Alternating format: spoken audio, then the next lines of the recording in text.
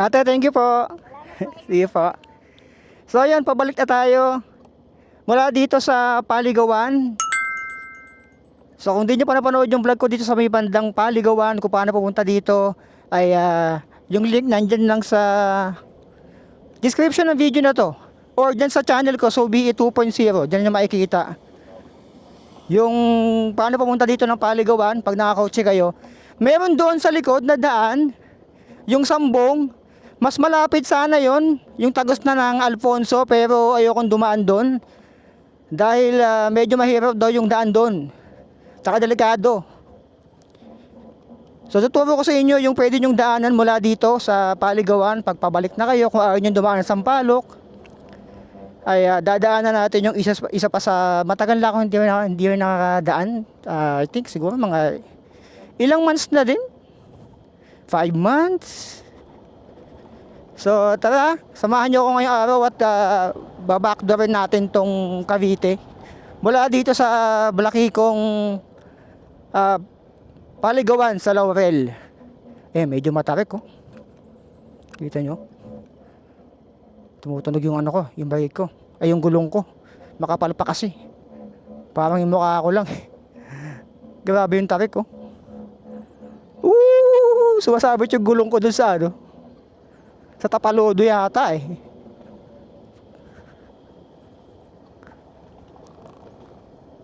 So tara, samahan nyo ako sa video na to at mag-backdoor tayo sa Cavite. Mula dito sa Paligawan, kung naghahanap kayo na pwede nyo daanan pabalik, dito kayo dumaan. Itong tinuturo ko sa inyo. Teka lang, hindi pa na nakaset tong ano ko, mapa ko. Bakit ganun? Nawala yung set ng mapa ko. So sa makikita nyo dito, ito may bago tayong device. So dito na ako magma-maps. Ayan, so makikita nyo dito, may mapa ako dito sa aking kalawa. Ito yung cellphone ko. And may mapa din ako dito. Ito po ay connected via Wi-Fi. Nire-review ko pa lang siya, pinadala sa akin ng AOC. So ayan. Papakita ko sa inyo kung paano siya ginagamit. Pero paunti-unti lang dahil hindi ko pa siya masyadong kabisado. So ayan. I-set ko lang saglit yung ano, yung mga dadaanan natin. I-set lang natin saglit. Ayan, so okay. Naset na natin. So kita nyo dito, nandito yung Google Maps natin, tapos nandito yung directions. Pero hindi ko na kailangan to dahil meron na ako dito. Yan, pwede ko nang i-off yung aking phone. Mas makakatipid na ako sa battery. Ito yung first ride nitong AOC C3 Plus. Nagsimula pala ako i-review siya, pero kung gusto nyong makita yung full spec nito, nandyan lang, yung link nito ay nandyan sa video description. Itong C3 Plus na gamit ko. Pang motor. Pwede rin to pang kotse, kayo bahala. Nire-review ko pa lang siya, so ngayon pa lang yung kakasimula ng ano natin. Nung pag-review dito. So sa mga long ride siguro, doon ko malalaman kung talaga maganda talaga siya. Pero accurate naman siya, para lang ako naka-Google Maps sa aking cellphone. Ganun lang yung feeling. So ngayon mag-backdoor tayo. Galing dito sa Paligawan, kung naghahanap kayo ng pauwi, at sawa na kayo dun sa ano, dun sa may Sampaloc, ayaw nyo dumaan dun, merong mas malapit. Medyo lubak lang yung daan dito mula sa Paligawan na Laurel, Batangas. Okay naman yung view dun, maganda siya. Maganda mag food trip doon, lalo kung may kasama kayo yung mga mahal nyo sa buhay. Yan, doon kayo mag chill. Maganda yung view, yung ambience, mababait yung mga tindero. So paghapon daw, madaming tao dyan. Teka, mali yata to Oo, tama. Dito pala.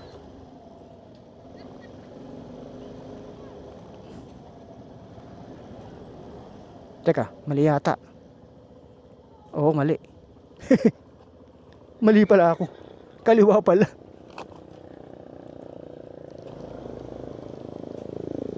Kanan pala dapat dun. Saan ako napunta? Pasensya na.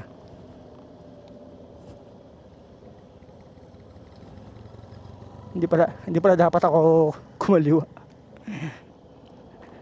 Ayan. Okay, tayo mag-back door ulit. Ito kasing dadaanan natin, alam ko sinara to dati. Curious lang ako kung ano na itsura ngayon eh. Ayoko kasing dumaan dyan sa may sambong sa likod. Makipot yung daan dyan eh. Taka delikado. Hindi siya advisable daanan ng mga sasakyan.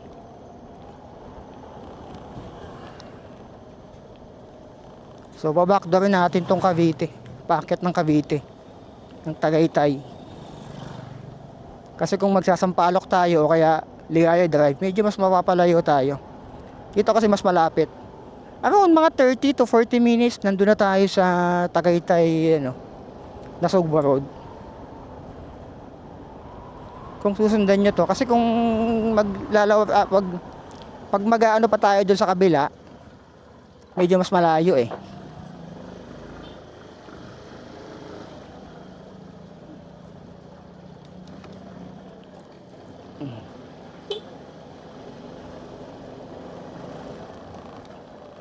Dito yata, parang may daan dito eh. Teka lang ah. Feeling ko may daan dito eh. Wala pala. Wala pala. So laking tulong din pag may Google Maps ka. Lalo yung ganito. Makikita mo na kaagad. Kahit naka-off yung phone mo, may idea ka na sa dadaanan mo eh.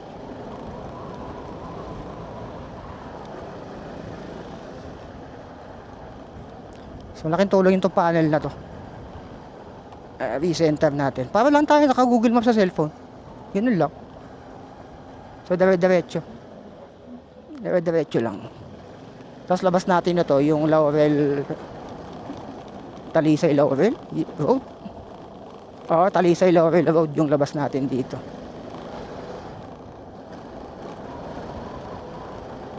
Hindi lang maganda yung kalsada.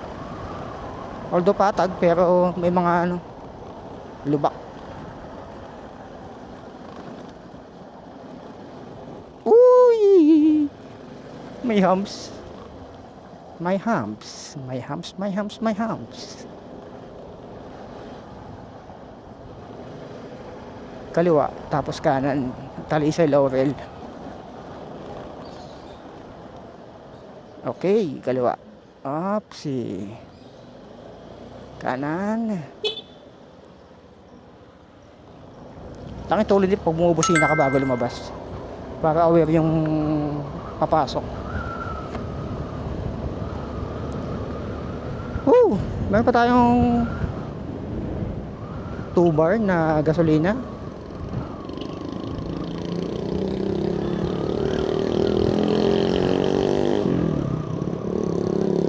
Bars.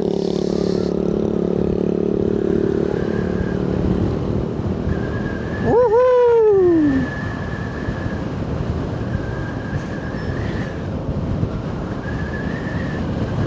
So doon lang tayo dadaanan sa doon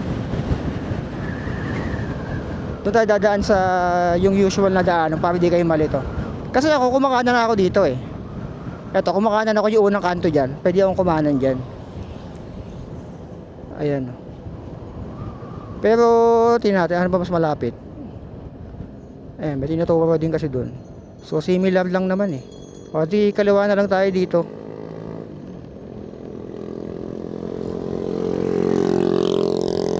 Kanan pala. So kanan na lang tayo dito. Pwede naman doon sa may 7-Eleven. Tapos sundan nyo lang yung main road. Pero dito ako kakanan. Etong Bacos Fruits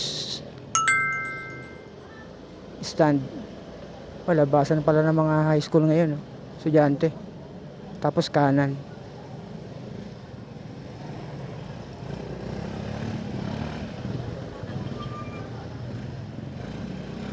Woo! Kaahon tayo ngayon sa Blackwall. District of Laurel. Welcome. Anong to? Laurel Central School pala to. Nakakamiss din pala mag-aral, no? Naalala ko yung first love ko eh, nung high school eh.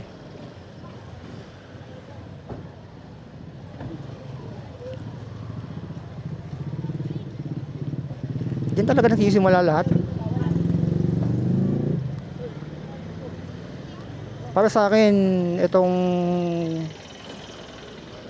kung papipiliin ako kung elementary life, high school life, or college life, mas pipiliin ko yung high school life kaysa sa elementary at college. Bakit? Ito sarili ko lang na opinion to. Kasi sa high school life, dun ko na talagang matututo ng kung ano-ano eh. Ng mga kalokohan, ng basta madami kang matutunan pag high school ka na. Pag tapos mo na yung elementary, kasi pag elementary puro laro-laro ka pa eh. Kasi nung mga panahon namin 19 something nung mga panahon kasi namin elementary, wala pa kami mga jowa, di namin inaatupag yung pagjojowa na yan. Mga elementary kasi ngayon may mga crush na, pero wala. High school, sa high school talaga madami akong natutunan. Hindi kasama doon yung drugs ha. Nalala ko dati no, yung classmate ko tumitira nagchongke. Ito second year high school yata yun. Alam ko naman na ano yun, alam ko naman na masama yun. Hindi pa ako masyadong sa drugs. Yung isip ko nun. Pero alam ko na masama yung tama nun. Pero chongke, ano lang naman yun eh, chongke parang marijuana, parang ganon. Chongke alam ko marijuana rin yun eh. Yung chongke, term sa high school, or other term for marijuana, correct me if I'm wrong, kasi tayo sa barangay as is. So yun, pinapadry ako pero hindi ko nasubukan. Pero good thing naman at hindi ko nasubukan kasi nakaka-addict daw talaga yun, nakakagutom. Pero hindi pa ganun kasama yun kasi nga, ano na naman yun eh. Kasi sa ibang bansa, yung marijuana ay herbal. Tinututulan lang talaga ng mga ano yun eh, ng mga malalaking pharmacy. Siyempre, hihinakita nila. Kaya ganun, alam nyo na yung conspiracy dun. So yun, yung drugs, alam ko na mas malakas yun. Kaya hindi ako na ganun. Doon ko natutunan kung paano mag-cutting, mag-over the bakod, mangopya, gumawa ng kalokohan. Andun lahat, high school talaga eh. Para sa akin, comment down below kung ano sa inyo pipiliin nyo. Kung anong life ba ang na-enjoy nyo, or kung magbabalik kayo, ano yung gusto nyong balikan. Elementary life, high school life, or college life mo. Kasi sa high school life talaga, ang dami kong natutunan. Nandun talaga, yun talaga yung gusto kong balikan eh. Yung tipong wala ka masyadong pinoproblema. Although elementaries, wala ka masyadong pinoproblema din, tsaka college. Kasi nga, syempre, hindi pa ano iisip mo nun eh. Lalo elementary, syempre, hindi ka pa nakakapagtrabaho nun. High school, doon ko na talaga natutunan yung mga kalokohan. Dumami yung kaibigan ko nun, may mga solid. May mga classmate pa ako na kasi graduate ako ng high school nung 2005. Ayan, 2005, 20 years ago, kung 2020 ngayon, at kung 2025 ngayon, graduate ako ng high school 20 years ago. At doon ko nakalala yung first love ko na hanggang ngayon eh, talagang nasa puso ko pa rin talaga. Although meron na akong anak na isa, pero hiwalay kami ng nanay niya. Hindi kami kasal. Pero nasa puso ko pa rin talaga tong si Karen, itong first love ko. So yun, sa high school talaga nandun lahat eh. Yun talaga yung nasa, kumaga, yun yung middle eh. Doon ka talaga matututo. Kasi pagdating ko ng college, mas kumonti yung kaibigan ko nung college eh. Kaysa nung high school. Literal, kasi sa college focus na kayo lahat eh. Focus na kayo sa academics nyo eh. Kasi sa high school, pwede ka pang magpetiks-petiks dun eh. Pwede ka pang pagbigyan ng teacher mo eh. Pero sa college kasi hindi na eh. Kailangan mo na mag-focus talaga eh. So serious life na yung college kasi kailangan nyo makatapos. Pero high school, iba talaga yung dating sa akin ng high school. High school life. Ang dami ko talagang natutunan nun. Lalo syempre, yung nakilala ko yung first love ko na hanggang ngayon, imagine 20 years ago. Kaya naniniwala ako sa sinasabi nila na first love never die. Comment down below, kayo ba? May first love ba kayo? O ano? Ano mapipiliin nyo? Elementary, high school o college life? Basta ako, high school life ako. Kasi mas madami akong friends sa Facebook ngayon o sa social media na nakilala ko nung high school. Hanggang ngayon friends ko pa rin. Ang dami. Kaysa sa college. More serious kasi yung college eh, syempre. Kung petics yung elementary, high school is medyo, yung college is more on serious matters na yun. Kailangan mo talaga mag-aral para makatapos ka. Ito yung nagawa na pala to. Ito dati medyo hanggang dito lang yan eh. Ayan o. Ganda na oh. Ito lang yan dati. Pero in advance nila dito. Para sana matibay yung pagkakagawa niya.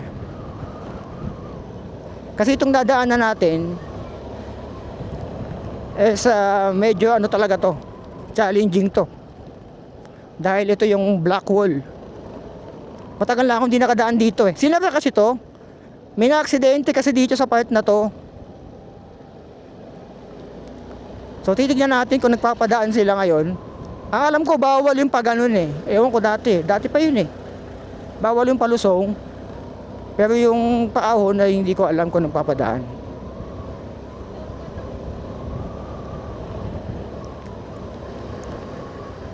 Pero tingin ko naman magpapadaan. Itong black wall.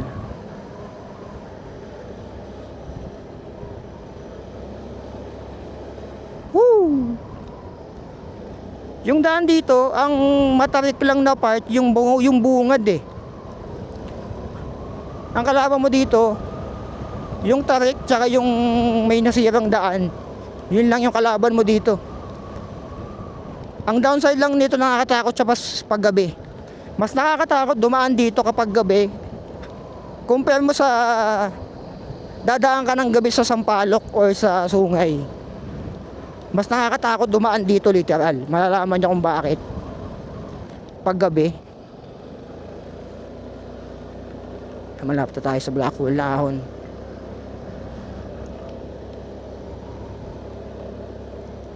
Una tayo sa Blackwell mga kaibigan.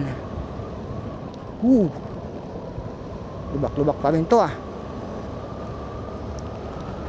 Naahon ko to nung nakabike dati. Hindi na ako umulit eh. Umulit pala ulit.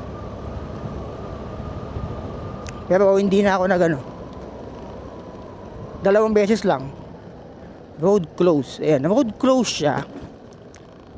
Road close pero makakadaan to eh. May tagos yan eh. Unsafe ground condition. So road close siya pero titignan natin yung ano. Siguro road close sa mga 4 wheels taka sa mga ano. Sa mga hindi familiar sa lugar. Ito yung matarik dito na part. Ito.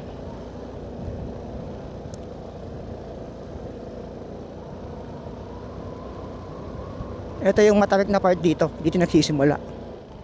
Ito na yun. Shish. Napaganda pa nga to eh. Dati hindi ganito to eh. Malupa pa yung baba niyan eh. Tignan nyo yung likod ah. Tignan nyo kung gaano katarik yung likod niyan. Tignan nyo. Oh. Ayan oh. Tarik niyan. Tignan nyo kung gaano katahimik dito. Kaya wag kang dadaan dito ng ano, ng mahina loob mo tapos gabi na. Wag. Dito pa lang eh oh. Parang biglang may lalabas na alien.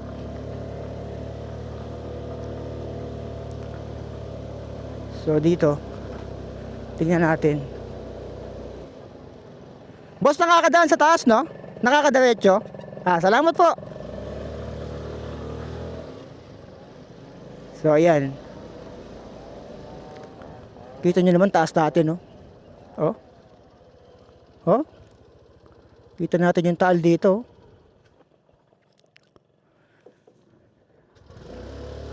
Nakakatakot din talaga dumaan dito kapag baguhan ka. Bridge of Hope, Road to Success. Yun yung Bridge of Hope. So I doubt na may makakasabay tayong ano dito, kotse. Ayun, kita nyo, ganyan kadelikado dito.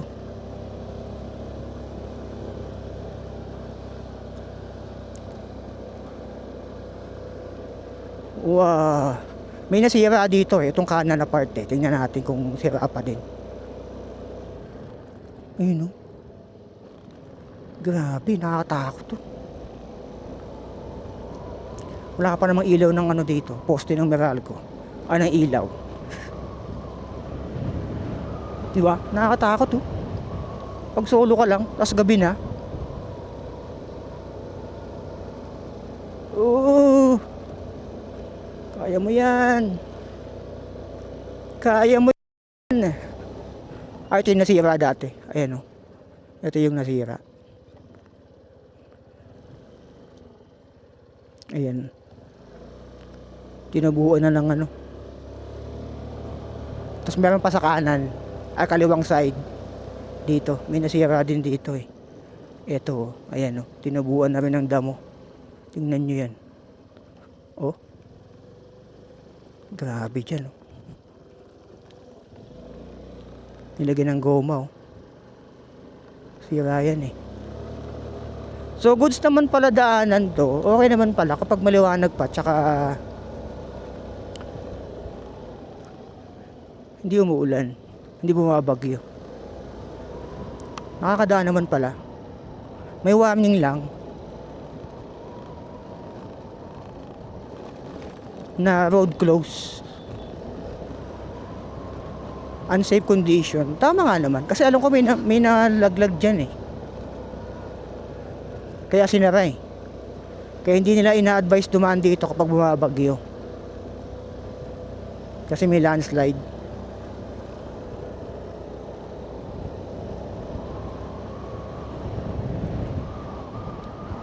Ayun, may L300 pala tayong nasabay. Tsaka may mga kotse din pala.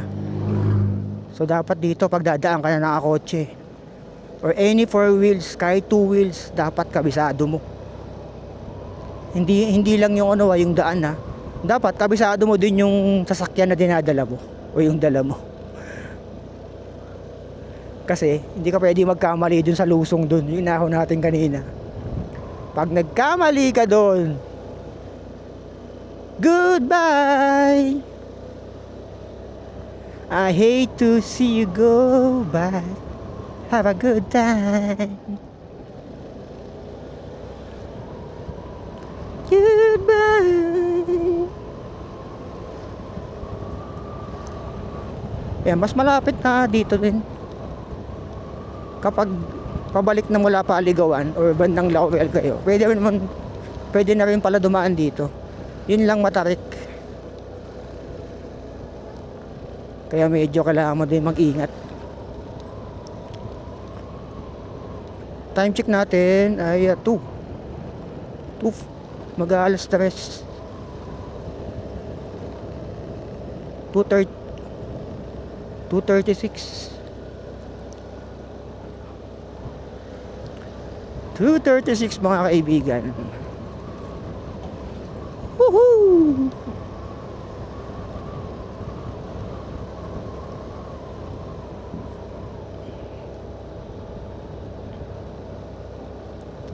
$2:36 na ng hapon. Malapit na tayo sa ano, sa isa pang ahon. Tapos may siko ulit. Yan, grabe yung inakit natin. Kaya ng motam natin. Bergman. Kita nyo, Bergman, pero layo nyo nang narating na to. Audi na to, 45k na. 45k Odo.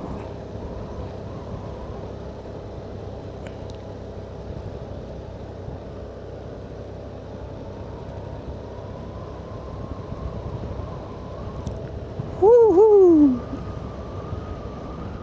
So far so good. Itong motor na to ay hindi pa ako binigo. Nung unang bili ko sa kanya, around 2023, Kasi alam ko nabili ko to ano eh.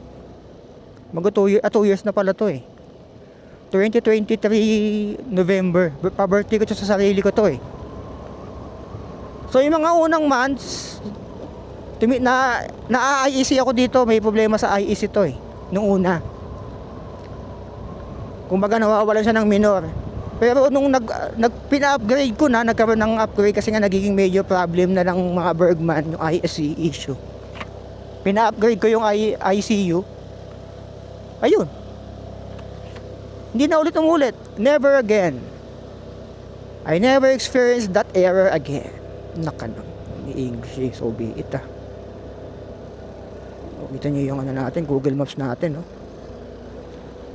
Umaandar siya. Kahit wala tayo naka-pinpoint. Ayan, no? Kita nyo? Wala tayo naka-pinpoint sa napupuntahan, pero umaandar siya. Kita natin yung ano.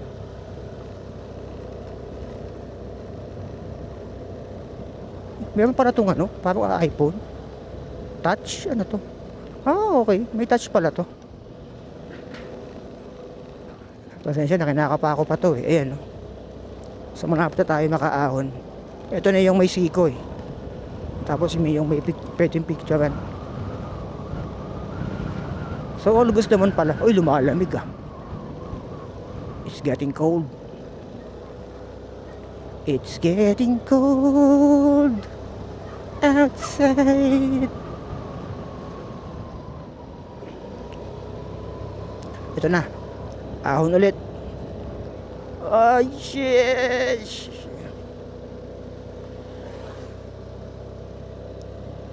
Medyo mataas to. Pero kayang-kaya ng Bergman natin, no? Kinuha ko to kasi matipid sa gas. Although, hindi naman kasi talaga ako nag-ano. Bumabakbak. Kaya sakto lang talaga sa akin to. Ito yung bagay na bagay sa akin ng motor. Pang chill ride lang kasi ako, takbong tito tayo eh. Tapos siko. Sa ahunan, hindi pa ako binigo. Sa memplang ako ilang beses na din. 3. 3 semplang. Boy pa. Still kicking. Still kicking mga kaibigan. Bilis lang oh. Imagine. Ilang minuto lang natin nakuha mula Paligawan. Ito na oh. Palabas na tayo ng Alfonso. O sa Alfonso to eh. Ayan Yugan oh. Oh, bilis lang. Wala pang 30 minutes. Dito na tayo. Oh, ito na yun. Ito na yun oh. Ayan. Thank you, come again. Nakalagay dito road closure yan eh. Road close. Pero pwede man naman dumaan. So yan, sa Alfonso. Labas mismong kanto ng Alfonso. So, all goods naman pala. All goods. Ayan, nakadaan na ako dyan sa Alfonso, papuntang babalik ng Cavite o sa baba. Pababa pala lang Bacoor. Pero abangan nyo yung next vlog ko. Iba yung dadaanan natin na pabalik ulit sa Bacoor or Imus. Abangan nyo. Kasi malapit na yung Christmas, di ba? So malamang pag dadayo kayo dito, madaming tao. So kailangan nyo ng alternative na ruta. Papakita ko sa inyo sa next vlog natin. So yun lang, maraming salamat. Like, comment, share, and subscribe. Kung nakatulong itong video na to, huwag makalimutan i-share and mag-subscribe. Maraming salamat.